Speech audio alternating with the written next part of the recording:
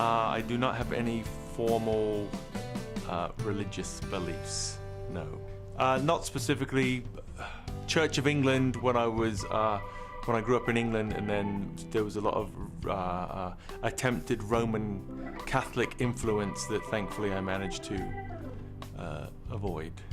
I would not call myself a Hindu or a Buddhist or a Catholic or any other type of organized religion. I like the imagery of the Buddhas, but that is as far as I would go for religious purposes. So no, I would not consider myself any of that. Well, Buddha, like the picture of the Buddha and the imagery of that particular religion, I like the look of it, which is why I have several in my house. But as far as adhering to the principles, no. I mean, I think religiously you could safely put me at try and be kind to everybody, and that is about as far as I will go with any sort of formal religion. Well, that's because in America you guys have a very unique way of educating children. So instead of providing them realistic state or city sponsored or generated education, it's up to us to be extorted and pay for preschools. And at the time where we lived, the only preschools available were Catholic preschools. I'm completely against them in every single possible way. They cost too much. I don't think they're worth anything. Thankfully, they were very, very light on the religious content. My wife was more okay with it as she was raised Catholic, but again, she understands the hypocrisy of the whole movement. So, circumstance. It was either don't send them to any kind of early education or pay through the nose for some sort of, Catholic-sponsored education. Quite why we can't have a non-denominational, non-religious affiliated preschool for all of our children. Perhaps you can do an interview with the mayor of Pittsburgh and ask him. How about that?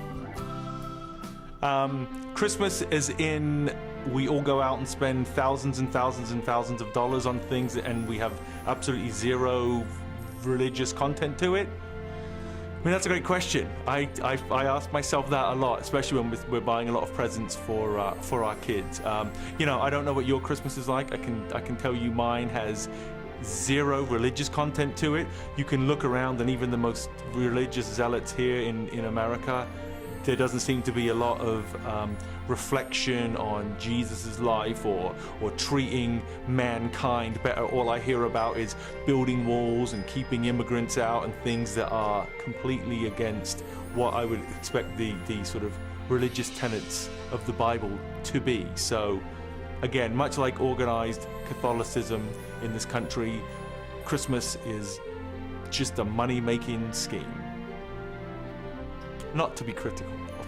I mean, I was never really raised on any of it. I mean, it was introduced to me in England. It's a much less religious society in general, so that I can't say it played a part. You would go to church on Christmas Day, or you would go to church on Easter. Okay, I mean, I did that when I was a kid, but I didn't have any say in the matter. The Roman Catholic piece was really forced on me much more, and I just saw the inherent hypocrisy in Catholicism itself.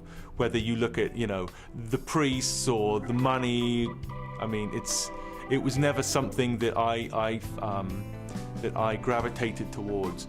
My true feeling is if you treat people like humans and to the best of your ability, treat them kindly, don't build walls, go out of your way to help people that have less than you. If there is this mystical being that lives up in the clouds that you somehow have to, go through the gates to get to heaven, I don't think you would be stopped from going to heaven if you didn't go to a designated building every Sunday and, put a couple of dollars in a plate. To me, that's the hypocrisy of the religion. You can do pretty terrible things during the week, but somehow if you go to church and you you put a tithing in the bowl, you're going to be forgiven. I personally have a hard time with that. So that's the whole hypocrisy of the religion to me. So.